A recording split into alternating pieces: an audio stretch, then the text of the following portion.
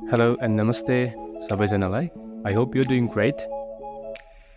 धेरै नगरी यो भिडियो सुरु गरौँ यो भिडियो चाहिँ अब एकदम सर्ट हुनेछ किनभने यसको टाइटल पनि तपाईलाई हेर्ने बित्तिकै थाहा भइसक्यो होला it's just about like writing in Nepali in Excel okay so अब हामीले एक्सेल खोलिसकेका छौँ र एक्सेल यहाँसम्म त सबैले खोल्न आउँछ एक्सेल खोलिसकेका छौँ र सबभन्दा सुरुमा हामीसँग होम भन्ने ट्याब हुन्छ त्यो ट्याबको ठ्याक्कै मुनि एउटा फन्ट भन्ने सेक्सन हुन्छ र त्यो सेक्सनमा हामीले फन्टहरूलाई म्यानेज कसरी गर्ने फन्ट सम्बन्धी फङ्सन्सहरू सिस्टममा चेन्ज गर्ने कुराहरू चाहिँ यो सेक्सनमा परेको हुन्छ र यसमा चाहिँ हामीले नर्मली प्रिति फन्ट युज गर्छौँ प्रायःले देवनागरी अनि प्रायः अरू फन्टहरू पनि हुन्छन् यो हामी चाहिँ अहिले युज गर्न आँटेको चाहिँ प्रिति फन्ट हो र सायद प्राय व्यक्तिहरूको कम्प्युटरमा इन्स्टल भएको हुँदैन यसलाई चाहिँ सेपरेटली गुगल क्रोमबाट गएर डाउनलोड गर्नुपर्ने हुन्छ यो फन्ट किनभने यो बिल्ट इन माइक्रोसफ्टमा चाहिँ यो आउँदैन यसलाई चाहिँ हामीले एक्सटर्नली नै हामीले यो हाल्नुपर्ने हुन्छ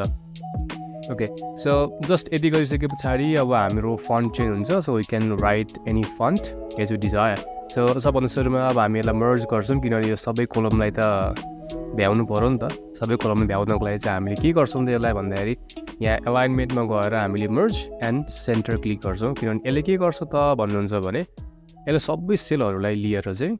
एउटा सेल काउन्ट गराउँछ है जस्तै त्यहाँ फिगरमा पनि देखिरहनु भएको छ तपाईँले दुईवटा सेललाई एउटा सेल बनाउँछ यो धेरै काममा आउँछ जब तपाईँहरू टेबल्सहरू बनाउनुहुन्छ तब तपाईँहरू धेरै काम लाग्ने कुरा हुन्छ यो चाहिँ सो लेट्स मर्ज र एउटा अब हामी सानो कुरा लेखौँ हाम्रो सरी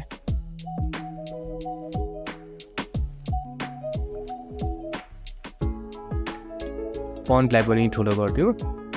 अनि यसलाई जब अलिकति तान्न मिल्छ लेट्स जस्ट ओके अब हामी लेख्छौँ हाम्रो नयाँ च्यानल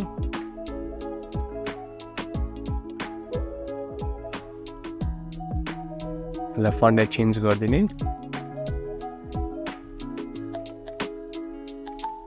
ओके म सुरुमा लेख्छु अनि फन्ट चेन्ज गर्न मिल्छ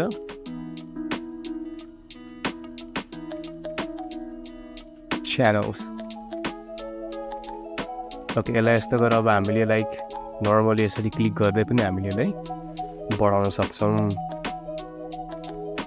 अनि अब जस्तै के हुन्छ भने एक्सेलमा चाहिँ हामीले एउटा पर्टिकुलर सेल भनेको एउटा कोठा भनौँ त्यो कोठालाई मात्र हामीले इन्डिभिजुअली मोडिफाई कस्टमाइज गर्न मिल्छ एक्सेलमा चाहिँ के हुन्छ भने तपाईँको हरेक कोठाहरू हुन्छ हो अब तपाईँ किन हुन्छ भन्दाखेरि तपाईँको यसमा चाहिँ नम्बरिङ सिस्टमहरू एड गर्न मिल्दैन हो नम्बरिङ सिस्टम एड गर्न नमिलिसके पछाडि हामीले के गर्नुपर्ने हुन्छ कतिपय ठाउँमा इङ्ग्लिस युज गर्नुपर्ने हुन्छ र कतिपय ठाउँमा चाहिँ नेपाली युज गर्नुपर्ने हुन्छ र कतिपय अङ्कहरू चाहिँ हामीले अङ्ग्रेजीकै अङ्कहरू युज गऱ्यो भने चाहिँ हामीले पछि गएर सल्भ गर्न सजिलो हुन्छ so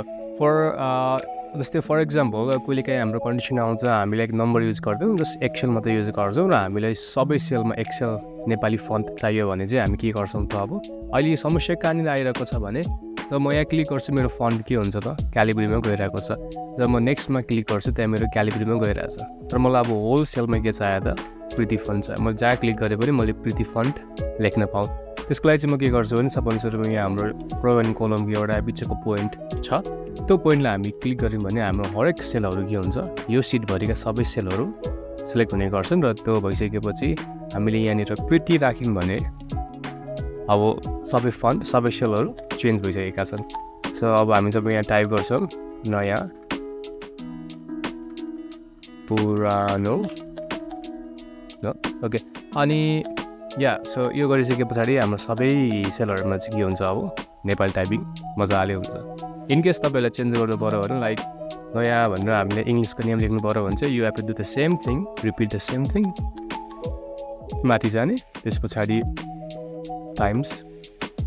we can write a name okay so यो त सर्ट भिडियो हामीले नेपाली फन्टलाई कसरी युज गर्ने भन्ने कुराहरू र आउँदा भिडियोहरूमा हामी अझै पनि विस्तृत रूपमा जानिन्छौँ